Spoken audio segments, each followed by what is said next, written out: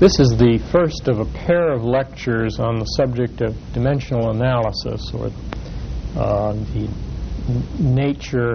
qualitative nature of the structure of physical dimensions and the nature of physical laws.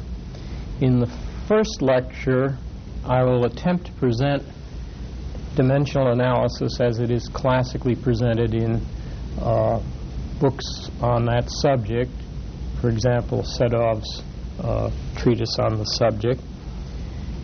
And in the second lecture, I will attempt to provide an understanding in qualitative terms where this method comes from. The first lecture is relatively self-contained. The second lecture rests on having heard the lectures on extensive measurement, conjoint measurement, the one on meaningfulness, and the one on non-additive concatenation structures. I will be pulling material from all of those chapters together in giving an account of dimensional analysis. The part of the foundation of measurement that is covered in this first lecture is in Chapter 10, Sections 1 through 5. The second lecture, the material there is partially discussed in Chapter 10, but it is not completely satisfactory there, and we've undertaken to revise it and presented that in the meaningfulness and non-additive concatenation chapters. So it'll be pulled out of that material. Now, the method of dimensional analysis rests heavily on the structure of units of physical measurement. We all know that the units associated with physical measures have the property that they either are unitary measures, for instance, the dimensions of length or of mass are usually taken to be unitary in nature, or they're composite and in the form of products of powers of the units of the basic measures. So, for example, energy has the units of mass times the unit of length squared divided by the unit of time squared. This structure that we're all familiar with exists, however, only because there are physical laws that establish these interconnections. And in fact, it appears that one can classify the laws into three general categories. The first one are laws that relate merely two dimensions, binary laws, and those are ones that establish universal constants, because what in essence they do is establish that two apparently separate dimensions, for instance inertial mass and gravitational mass, are in fact the same dimension, and the values in the two dimensions are related by some constant, in this case the universal gravitational constant. Or in the case of relativity theory, it was discovered that mass and energy were related, with the constant connecting them being the velocity of light. I will not be making any significant use of the binary laws, except to mention that it is important in the method of dimensional analysis to be aware of the role of universal constants, and they sometimes have to be brought into play. The next class of laws are trinary in nature. They involve relating three dimensions, and they're the ones that establish the primitive connections among the units. For instance, a law like Newton's forces, mass times acceleration, establishes a connection between three separate dimensions, force and mass and acceleration, and does it in the form of a product of powers. In this case, the powers are all first power, and so it's just a simple product. The case of energy, kinetic energy being half mass times velocity squared, is a more typical example of product of powers. And these trinary laws are the ones that have permitted the structure of all the dimensions of physics to be interlocked very tightly with one another. And then there are the other laws of physics that are not of these trinary character and that have a more complicated structure, and it is those that we will then try to understand more fully once we've pieced together the various dimensions. Now, the mathematical structure of these dimensions is often taken to be described as a numerical vector space. This tends to cause a little bit of problem because one needs to be able to distinguish carefully between dimensions and certain operations that will be carried out within a dimension, changes of units in essence. And it's proved to be more satisfactory to axiomatize the notion of the structure of physical quantities in algebraic terms and then simply prove that it has the appropriate vectorial representation. So I'll approach it that way. The axiomatization that I will be using is stated in Chapter 10, and it is due to Hasler-Whitney.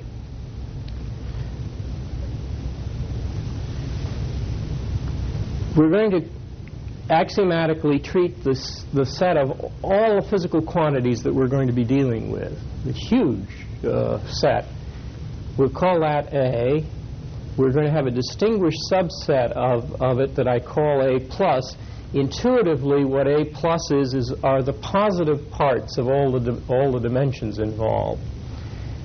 And star, a function that maps A cross A into A, and is a composition among dimensions. The idea is that you have two physical quantities that have dimensions, and you can combine them in some fashion under star, is the combining operation, and create a new dimension.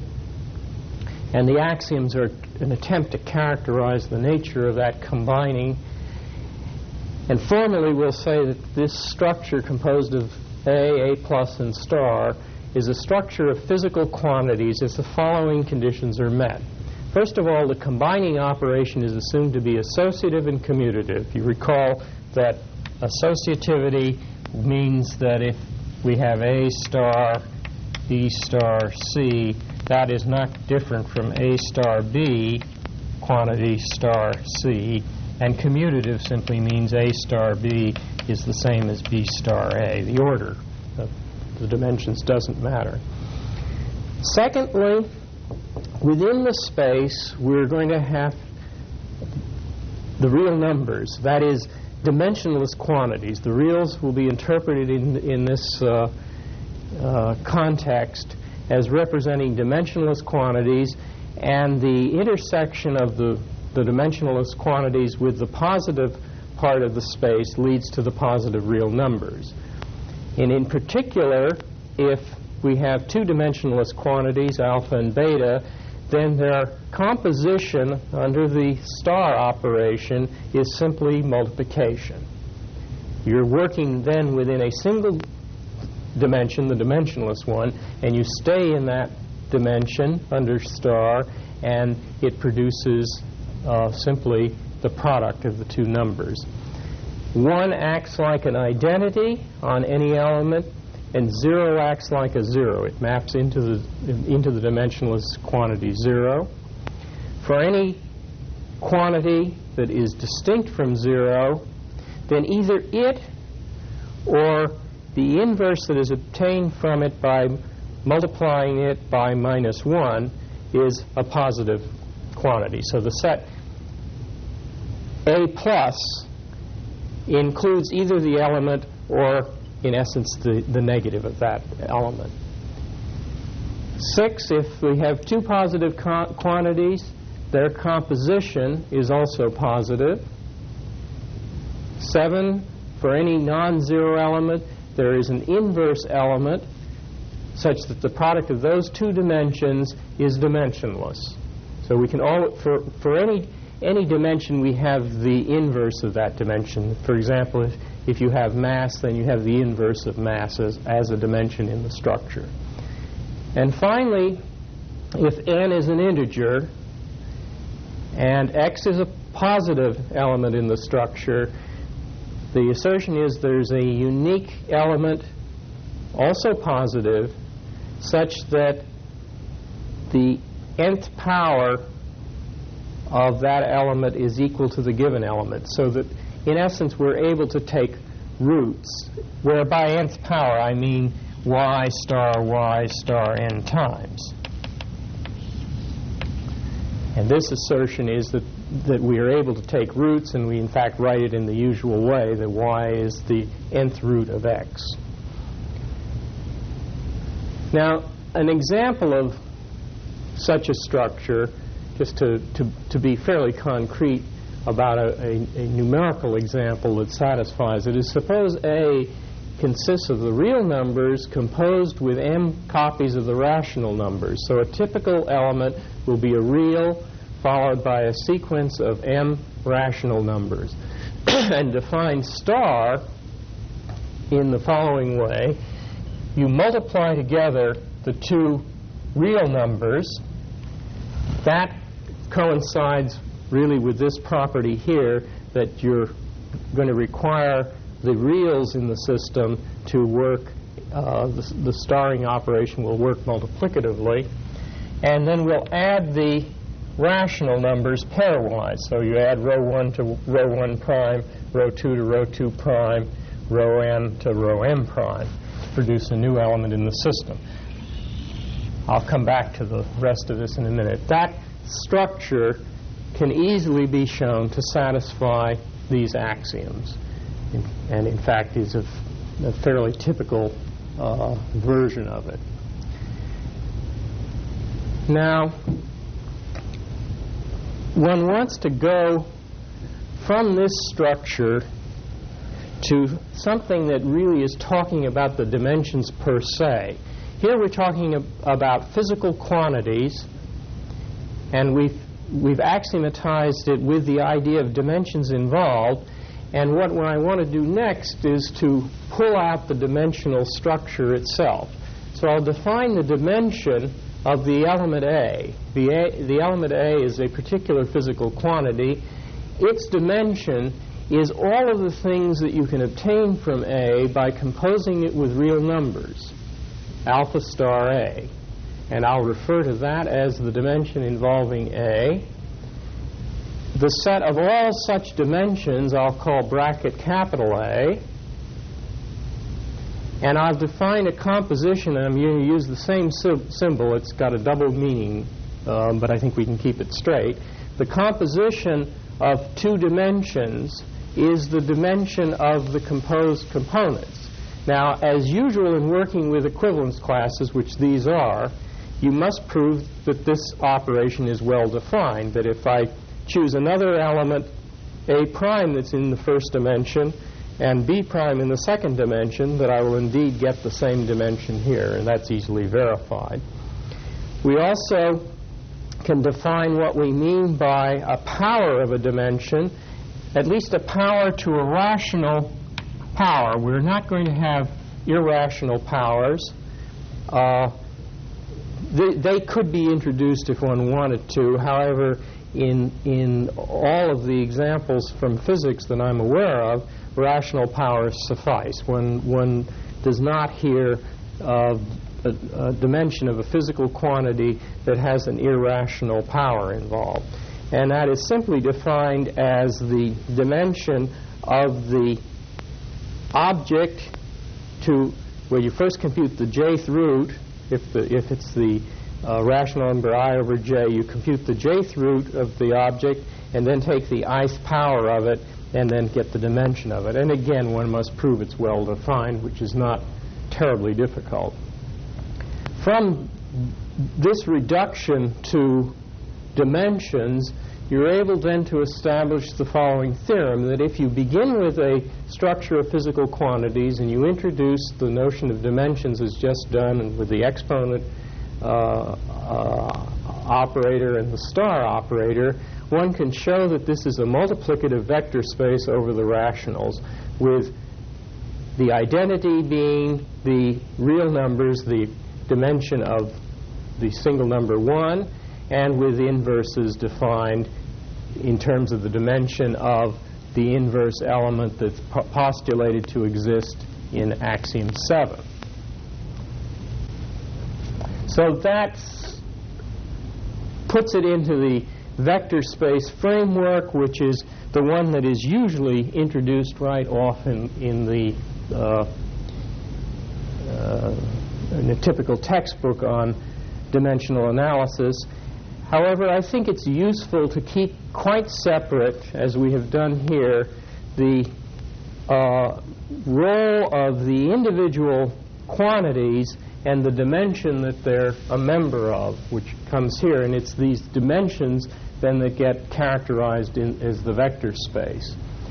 Now, once you are thinking in terms of a vector space, it's immediately suggested that one might consider the case of a finite dimensional vector space, which can be characterized in the following way.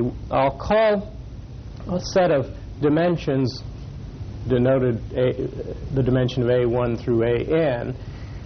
I'll call it a base of the vector space if it has two properties. First, that it spans the vector space in the following sense, that for any other dimension there exists rationals rho 1 through rho n such that that dimension can be represented as the first base raised to the rho 1 power composed with the second one to the rho 2 power and so on to the nth one to the rho n power. And I will say, or put back into the original space of physical quantities, it's saying that the element A can be represented as a a real number composed with the element, the typical element A1 of the first base dimension raised to the rho 1 power composed with the second one to the rho 2 power and so on. That's what I mean by spanning the vector space. I will say the base is independent if the equation that some set of powers of the base dimensions composed to be dimensionless, to be really this is the dimension of 1, the vector space. If that implies that all of the exponents have to be 0, then we'll say the base is independent. It means that no one base can be written as products of powers of all the remaining ones. And then we say the vector space is finite dimensional if and only if it has such a finite basis. If I go back to my example, this is a finite dimensional case.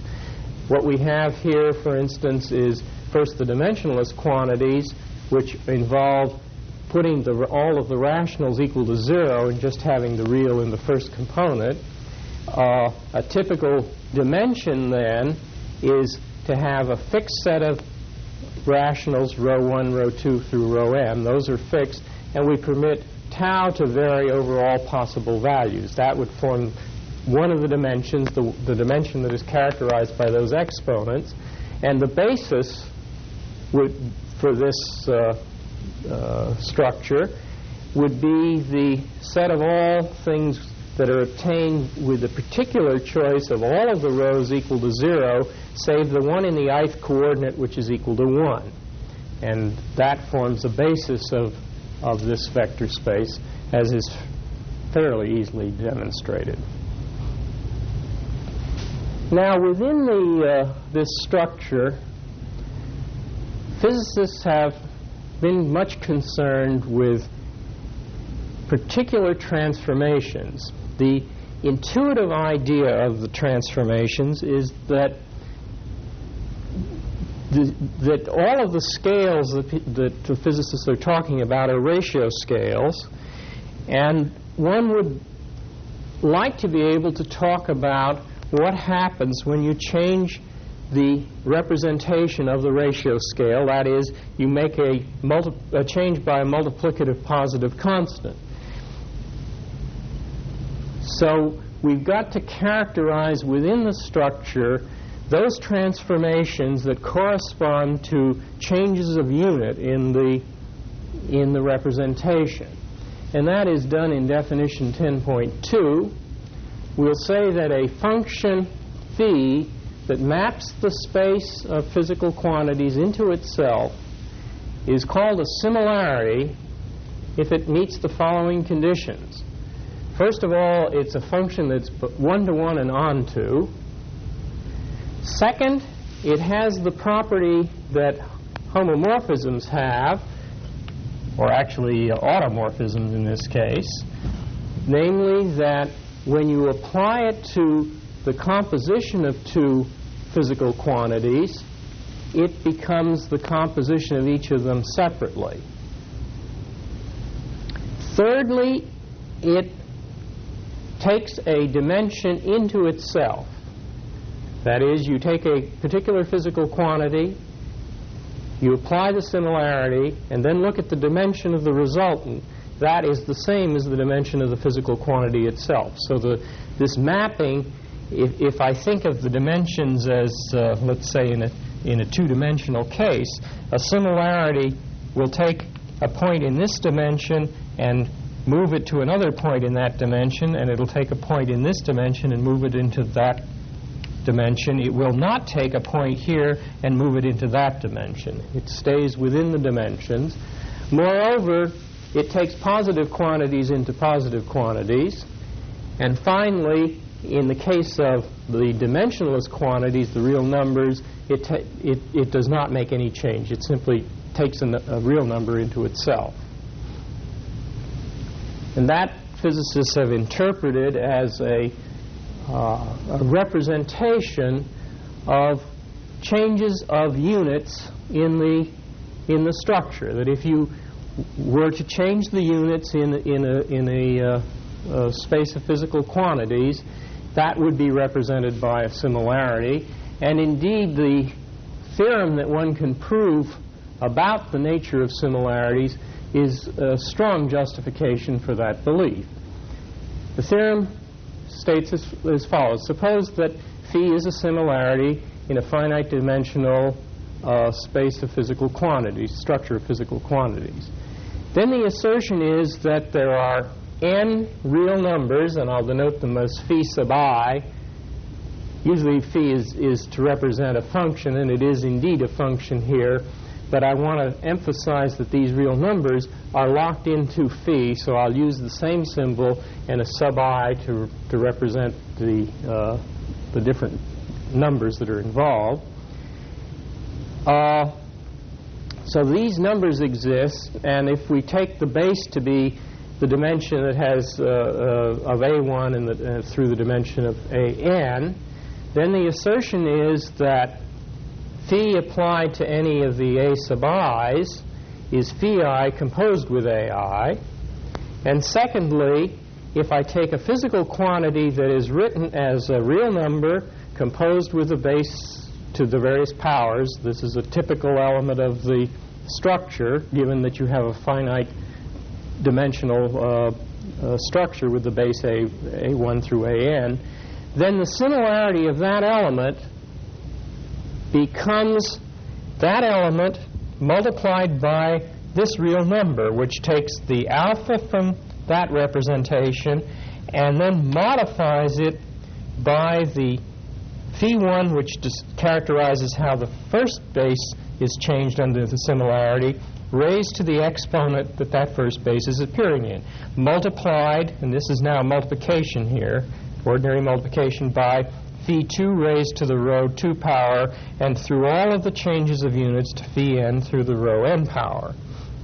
And that is indeed what you would expect a change of units to look like in the case of a finite basis, that you know what you've done to each of the base elements, and the change is run through the powers that they come to and simply changes the number then involved at the outset. I'm sorry, I've made a mistake here. This alpha does not belong here because that's already included in the A here, so that you're just changing the A by the effect of the units. That was a mistake.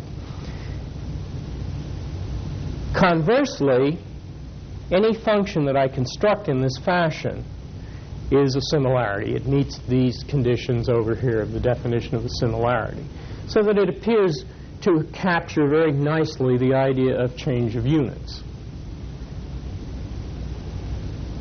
Now, the next thing I want to begin to talk about is the nature of a physical law that can be formulated within the structure of physical quantities. What does one mean by a physical law?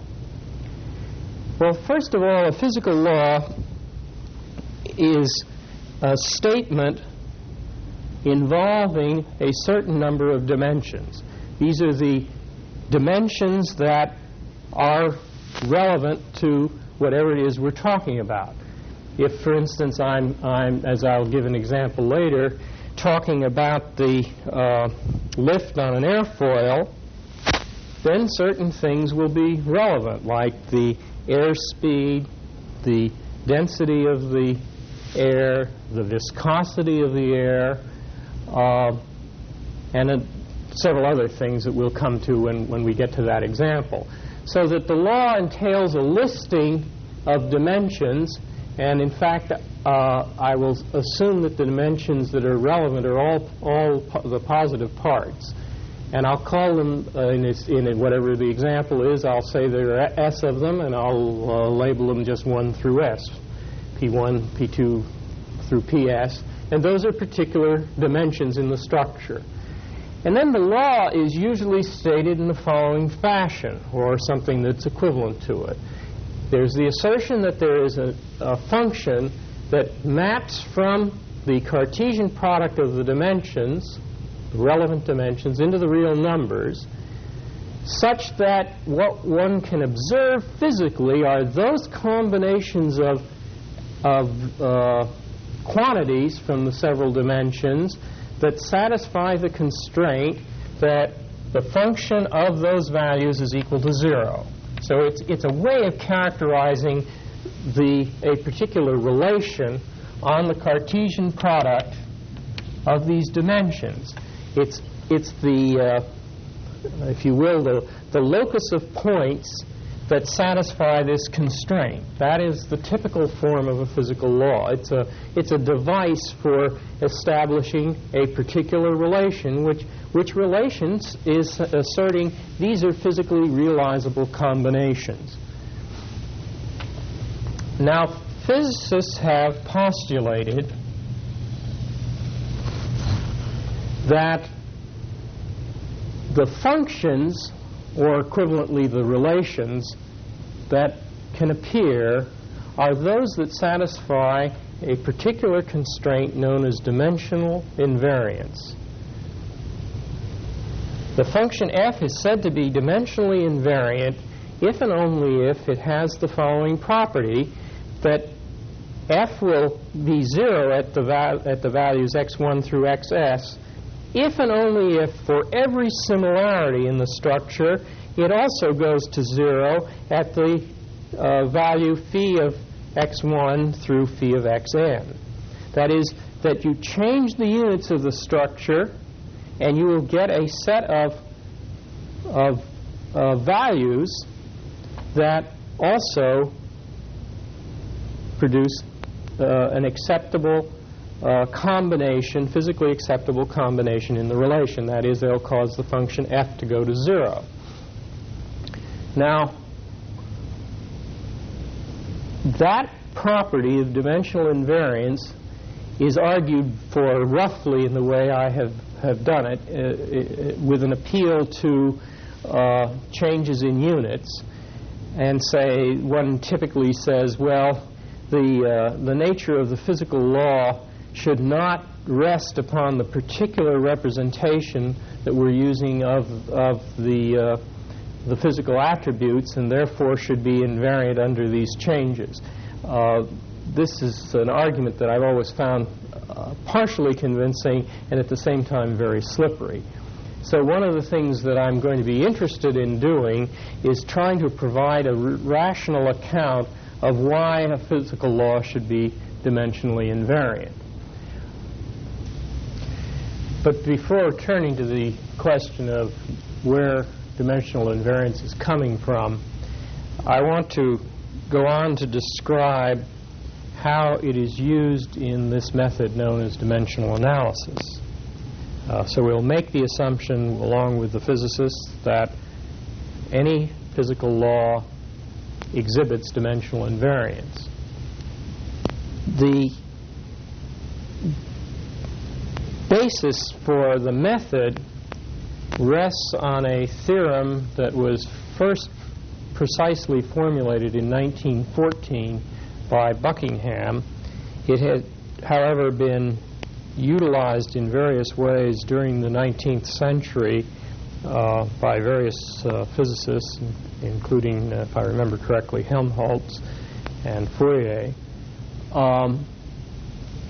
Buckingham formulated it completely precisely, and it is the basis of the method of dimensional analysis. And let me attempt to describe that theorem now. It's presented as Theorem 10.4 in the Foundations of Measurement, and it is proved there. I'll not attempt to prove it here.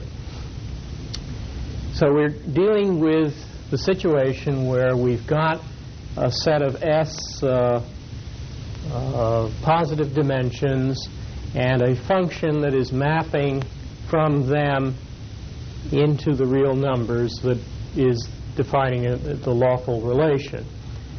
Let us index those positive dimensions in such a fashion that the first R of them, which actually less than or equal to S, is the maximal number of maximal independent subset of the subspace generated by all the powers, the products of powers of these S dimensions. So we look at the subspace that's generated by that set of dimensions, which may be less than the entire space of structure of physical quantities, and we ask what is the minimal subset of these dimensions that will span that subspace. And we denote those by 1 through R. And now, of course, we assume that we have this dimensionally invariant function f, and the assertion of the theorem is that we can represent the function f in a very special way. Namely, that there is a mapping from S minus R Euclidean real space, so simply the Cartesian product, the reals with itself, S minus R times. That is the number of relevant dimensions that go beyond the basis needed to do this spanning operation. I shouldn't call it basis, but really a selection of these positive dimensions that will span this subspace. So we have a function from that Cartesian product of reals into the reals, and a system of rational numbers, rho sub I j, where j runs over the set of dimensions that spans this subspace, namely 1 through R, and I runs over the remaining ones that aren't in that quote basis for this subspace. And the assertion is in two parts. First of all, that for any x in one of the dimensions not part of the selected maximal independent subset of dimensions, for any x outside that, we can take powers, and I've chosen to write them as negative powers of the rows. That's just a convention of how I write the rows. We can take the given element and then compose it with powers of all the basis elements and end up with a dimensionless quantity. In other words, another way of writing it is that the x sub I is expressible as a number times the... So x sub I is pi I minus r, a real number, composed with x1 to the row I1 and on down to xn row in. So that it is expressible in terms of the temporary basis for this subspace in a dimensionless fashion. And secondly, the law that singles out certain relation on these holds if and only if f, capital F, of these dimensionless quantities is equal to 0. So we've replaced the law which was stated in terms of quantities with dimensions in a somewhat simpler relation among the several dimensionless quantities that exist. And conversely, any such function as this, in fact, when then re-expressed back in terms of all of the separate dimensions, it becomes a dimensionally invariant law. So that the essence of this theorem is that if we're willing to deal with dimensionally invariant laws, they have a particularly simple structure, and it is of the following general character: that you pick out a temporary basis for the dimensions that are involved, and then express everything else in terms of that basis, and you can in essence find the coefficients that permit that expression. It's partly in terms of the exponents and partly in terms of a numerical coefficient that describes it, and the law can be replaced by a law stated entirely in terms of those dimensionless quantities. And that is the main device that is then used in dimensional analysis. Typically, one rewrites this law in the following way. If you're lucky and things come out right, you will find that the thing you're interested in, the quantity you're interested in, or the dependent variable in the situation, appears in only one of the dimensionless quantities.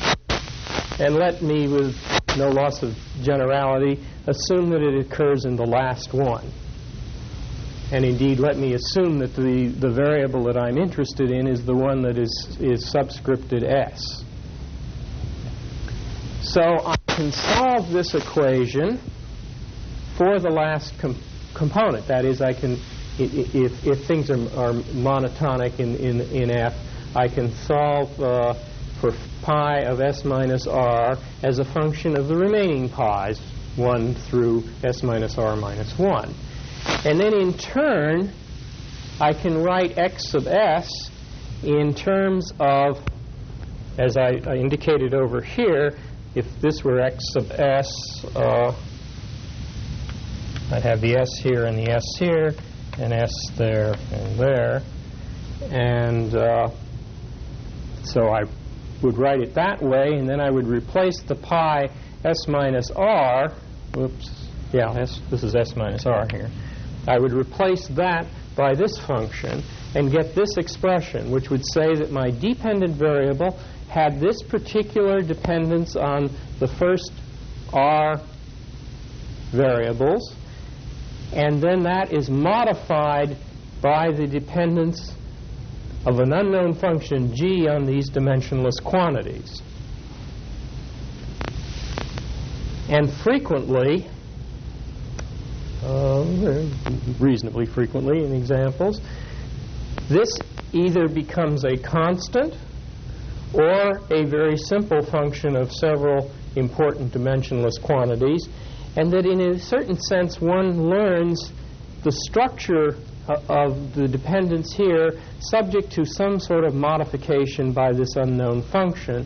And sometimes one can use empirical techniques, and I'll discuss that in a minute, to estimate this, and that then tells you a great deal about what's going on. The method, when you see it in operation, almost makes you feel that you're getting something for nothing. It's really surprisingly powerful. But let's make it very clear that it is not getting something for nothing, that you really have a great deal of built-in information that's extremely important. What is the information you have built in? First of all, it is the structure of physical quantities that describes all of the interlock among the various dimensions that is encoding in that fashion an enormous amount of physical information, namely all the laws that went into establishing the trinary laws that went into establishing the connections between the several dimensions. So that information is embodied in the structure of units. Secondly, and very important, is the assumption that you know the relevant dimensions of the law in question. Now that requires an enormous amount of knowledge. If it turns out that you're wrong and you list inappropriately the dimensions, the worst case being is that you omit a relevant dimension, you can be very seriously misled by applying this method. The method is valid only to the degree that one in fact knows the variables in question. And that entails a very considerable understanding of the physical process. In fact, in general, I would say that one really wants to have a very well-developed theory of the physical process that you're trying to study before you attempt to use dimensional analysis. It is then usable to substitute in a way for solving the full dynamic equations that are involved in certain special cases and getting the form of an answer without actually going through the solution of equations.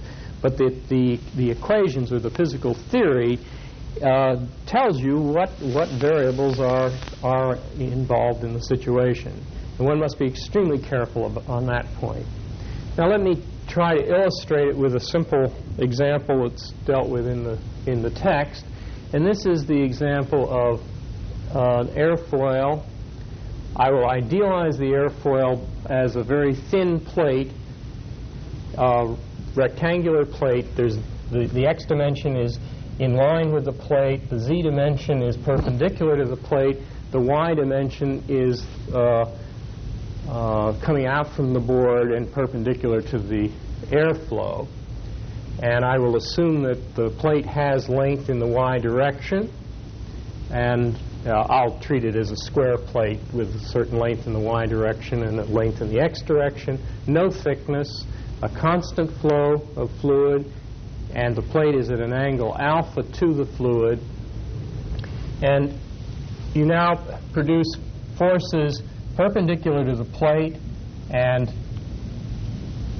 parallel to the plate, which you can decompose into two forces, namely, I haven't drawn this any too accurately.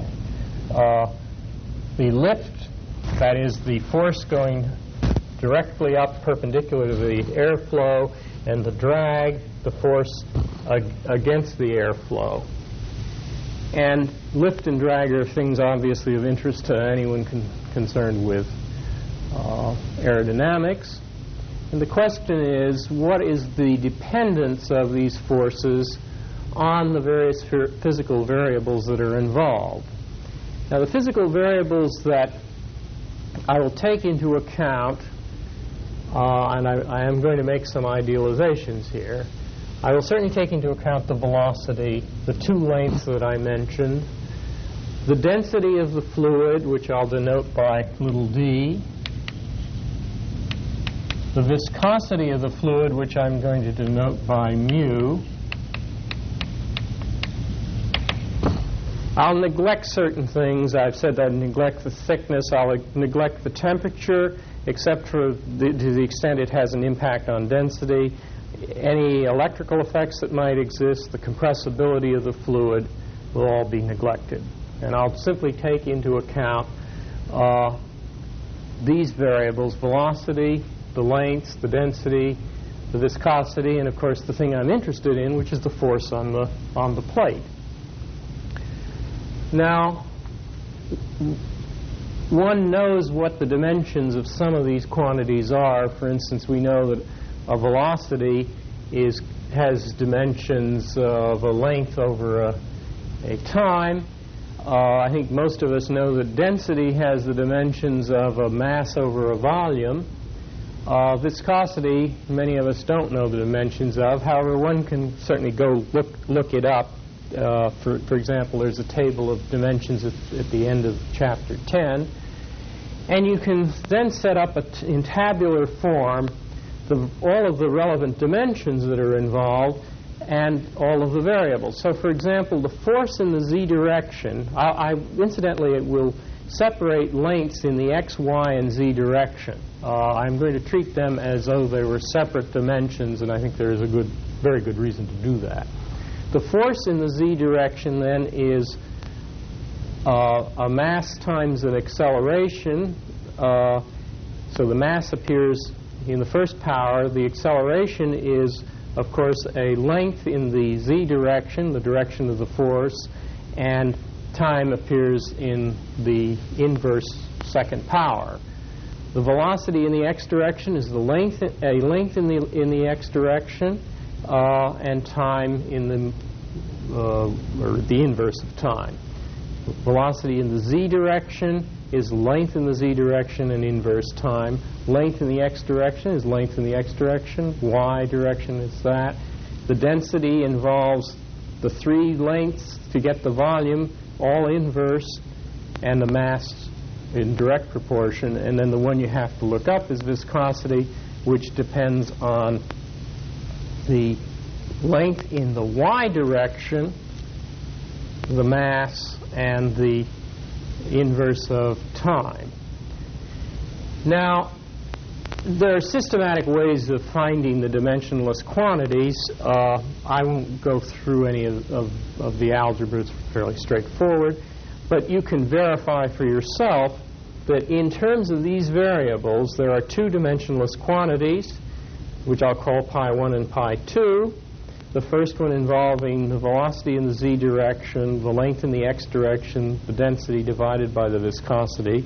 And the second one involving the thing we're interested in, the force, and the velocity in the z direction squared, the density, the length in the x direction, the length in the y direction. So the law is that f of pi 1, pi 2 is equal to 0, or solving for pi 2, we'll get pi 2 is a function of function g of pi 1. And then if I express what pi 2 is, I get the following expression. And now I'll solve the v in the z direction is the given velocity times the sine of the angle of attack, and the lengths I will replace by the actual lengths of the plate in the x and y direction, thereby producing the area of the plate. I'll call that A. And I will rewrite the velocity in this term. I'll break it down into the angle of attack term and call the resulting number, which is velocity times the length typical length, the density divided by the viscosity. That number is known as the Reynolds number. And so what the law is the force in the z direction is proportional to the square of the velocity, the square of the sine of the angle of attack, the density and the area, and that is all modified by something that depends both on the angle of attack and the so-called Reynolds number. Now that's telling us a great deal about the dependence of the force on the various variables involved. And in fact, one can then proceed to the performance of the airfoil in a very simple kind of way, simple in principle. We can estimate for the air that the airfoil will be flying at, the airplane will be flying at a certain altitude. We can compute its density. We have the typical length dimension of the airfoil. We can talk about the velocity that we're expecting to deal with and the viscosity of the air, and get an estimate of the Reynolds number for the conditions of the flight. Now, if we can find another fluid that we can use in an air tunnel, a wind tunnel, that has the same Reynolds number, that is, we'd like to make a small model of the aircraft we're dealing with, so we would reduce the L, and we have to compensate for that either by manipulating the density or the viscosity of the fluid we use or the velocity that's used in order to reproduce the same Reynolds number, then one can study the performance of the airfoil, because this quantity you can make to be equal to the value that you're going to deal with in the real world, and these dependencies, of course, are something that you have direct control over. So that it is because of this kind of structure that the whole thing depends on a single number, the Reynolds number, that the possibility of wind tunnel study of aircraft is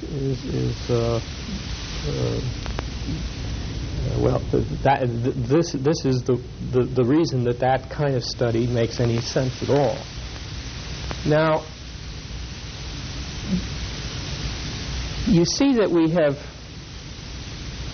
really found out a great deal by knowing only really the relevant variables. This is, I think, the impressive thing about the method of dimensional analysis. It has not, I should point out, proved yet to be of very much use in any sciences outside of physics. I can't think of any effective uses of it in psychology, and that arises, I suspect, mainly because there are no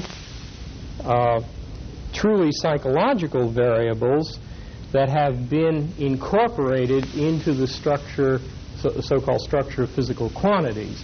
At the present time, I'm unaware of any addition to that structure that lies outside of the classical dimensions of mechanics, thermodynamics, and electromagnetism. There are no inherently biological dimensions that have been adjoined to the existing structure of physical dimensions, and I think it is for that reason that one doesn't really see effective uses of dimensional analysis outside of truly physical variables. For good examples of how this method has been used by physicists and engineers, I warmly recommend Sedov's book on the subject. Now, our problem from the point of view of a measurement theorist is really to do two things. The first is to try and understand, in terms of qualitative structures, where this structure of physical quantities is coming from. It's reasonably clear that many of the individual dimensions are thought to arise as ratio scales from extensive measurement. It's also reasonably clear that some of the product structure that we're dealing with is thought to arise from some sort of conjoint measurement. But then there's a question of how these two kinds of things interlock and why they lead to the particular structure that we've postulated in the notion of a structure of physical quantities. There needs to be something more than simple hand-waving that says, well, we've got extensive measurement theories, and we've got, on the other hand, conjoint measurement theories, and somehow or another they piece together to form this structure. One really needs to spell out what that piecing together entails. And so that will be the first thing we have to take up in the next lecture on dimensional analysis. And then the second question, and one that has clearly perplexed a lot of physicists who have written on the subject of dimensional analysis, and that is the issue of why do you impose the property of dimensional invariance on physical laws? It is certainly key to the method. There's no question that's a crucial concept in Buckingham's pi theorem, and the method entirely rests on the pi theorem being correct. So there's a philosophically interesting question of why is it that physical laws are dimensionally invariant? And that will be the second issue that we take up in the next lecture on dimensional analysis.